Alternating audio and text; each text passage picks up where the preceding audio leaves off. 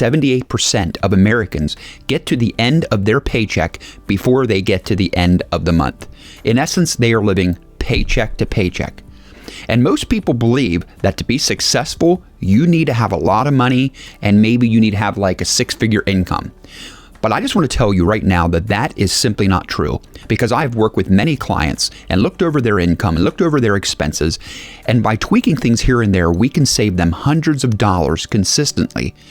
But the key is you have to watch where you spend your money, and you can do this even on smaller incomes. So a lot of my clients understand this, that you don't need to have a large salary. You don't need to have a big spending plan. All you need to do is you need to understand exactly where you want your money to go. And when you're spending the money, that's organized and designed to work for you on your own terms. That's what makes all the difference in the world. So in this video, I want to walk you through step by step, and I want you to watch me possibly create an extra $500 a month with the money that you already have. Now, one thing I do want to say is this is kind of a part of my 10-step system to maximizing your income. It's a framework that I have laid out, and I'm going to lay that out in front of you today. And if you do want to, take this entire blueprint and apply it, just comment below. Give me the guide, and I will send you the free guide, or you can follow the link in the description below and you can download it for free. So let's get into the video. First of all, we need to start with what I call the social status syndrome. I observed thousands of people over the years, and what's interesting to me is that most people want to live like their peers do. Maybe they want to buy a boat, maybe they want to have the fancy car, maybe they want to have the big house, but here's the deal, they can't always afford it. And one thing I want you to know is that the average person in America has a car payment of $725 a month. Yes, $725 a month. But let me ask you something. Do you know that 1/3 of millionaires today drive cars that are paid for? They never have a car payment. Now let me ask you the question, what if you drove a car that was paid for? How much money would you save? Let's just say that your car payment is $300 to $500 a month. What if you sold your car and bought one for cash? Or what if you sold your car and bought one that's half the value of the one that you have today? You could possibly save $300 to $500 a month without a problem, even in that one category. And if you start changing your mind and start thinking this way, I'm telling you, I promise you, this is going to be the difference between making you feel like a banker at the end of the month or feeling like you're broke. All right, so that's the first area. What's the second area? The second area to save money is in the area of car insurance. Now, here's the deal. If you own less of a car, you are naturally going to have less insurance in the long run. Once you sell the car that you can't afford, again, you're going to feel like a mere millionaire. NerdWallet estimates that an average person in America overpays $368 per year in car insurance. One thing I like to tell people is that every year, I would really highly recommend that you shop your policy to different providers to look for the best rates, because insurance is one of the most expensive things that you can spend in your budget, and insurance rates go up almost every year. So it's a good idea to shop your policy around. What I tell people is to take a look at your fact sheet that you get from your insurance company. It'll list all your deductibles and all your coverages, and what you want to do is you want to contact your agent and see if there's any way that you can go ahead and maybe lower those or maybe right size some of them. Maybe what you can do is kind of ask your agent what the minimum requirement in your area is, and then kind of use that as a baseline. One thing I try to remind myself is, here's the deal. Insurance is something that we all need, but it is something that we seldom use. So I personally try to not over-insure myself or pay for more than what I really need, because I know some companies are going to use scare tactics to kind of scare you into increasing your coverages. A lot of these times they're going to offer add-ons like roadside assistance or engine coverage or some oddball stuff like that. But here's the deal. Most customers rarely use them. And a lot of times you will pay more insurance over the long run. Remember, you need to make your money work for you.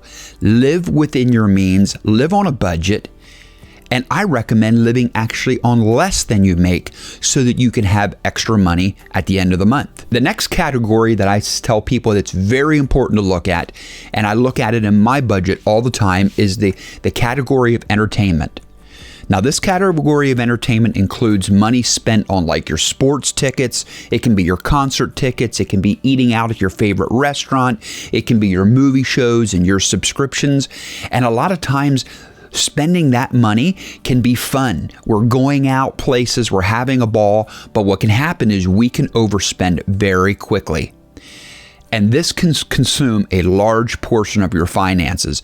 But I tell you what, if you manage that properly and maybe you right size in that area, I can guarantee you that you will be able to put money back into your budget and be able to allocate that for some other area, or preferably as a savings account. Now, the thing is, I remind myself and my wife all the time that, we do need to have leisure. We do need to have a night out once in a while and be with friends and stuff like that. But we all can be influenced by social pressures. And when we make impulse purchases, I'm telling you, these add up and can chew a lot of our finances. So I'm just going to go on and I'm just going to show you a practical example of exactly how this works. So let's talk about entertainment. The average American household today spends about $300 per month on entertainment. And this includes the categories, like I said, movie tickets, concerts, subscriptions, streaming services, and all those.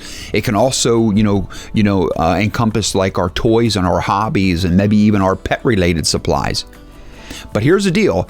If we can eliminate maybe some of those areas, or we can cut back in some of those areas, and include that in cutting back on some of our car payments and car insurances and things like that, we can easily save $500, maybe even more than that per month. Now, what I like to do is when I go ahead and find an area that I can cut back on, what I do is I duplicate this. This is what we rinse and we repeat the process. We do it over and over and over again, and we build that momentum to be able to help us cut back and right size our budget. And one thing I will say again is I lay this out in my 10 steps to maximizing your money.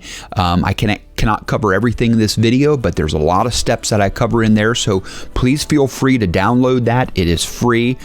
We do not send you any spam, and you will be added to our list to get our free downloads. So what happens next is when we go ahead and we start saving money, what we do is we start feeding what we call the flywheel.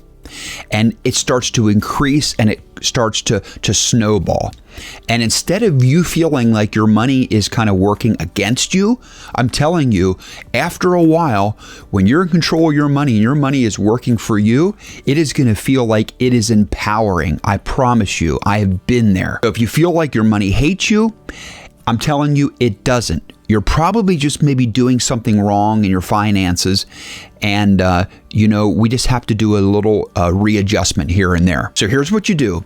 Every bit of money that you save by cutting your expenses, I recommend to build this flywheel is to be able to put it to other categories, maybe that need a little more money, or the best place to do is to put it towards your debt. Because what we want to do is we want to get you financially independent or have a financial freedom, put it that way. And any extra money that you have, you want to put on your debt. And once you put that on your debt and you start getting out of debt, we have this snowball and we start building our finances. And what happens when we start doing this is we start getting this flywheel, we call it, spinning faster and faster. But I'm telling you, you have to maintain laser focus. Once we start slipping back and start spending impulsively, what happens is the flywheel starts to slow down. But you got to stay focused on where your money is going and put it to use. And I'm telling you, it is going to be a powerful wealth building tool. I'm telling you again, you don't need to have more income. All you need to do is you just have to have relevant spending. You don't need to have a six-figure income. You can do this whether you're making $30, $40, $50, or $60,000 a year. it doesn't matter because money works. And if you manage it right, it makes all the difference in the world. So let me know in the comments below what maybe area you're struggling in your finances, or what you can do better in, or how we can help you in your budget. We would love to be able to help you any further. And if you want to know what the 3 basic shifts in finances that are happening now, go ahead and watch the video that's on your screen. It's going to be somewhere on your screen here. Click the video and watch that next, and I know it's going to make a difference in your finances. And until next time, we will see you in the next video.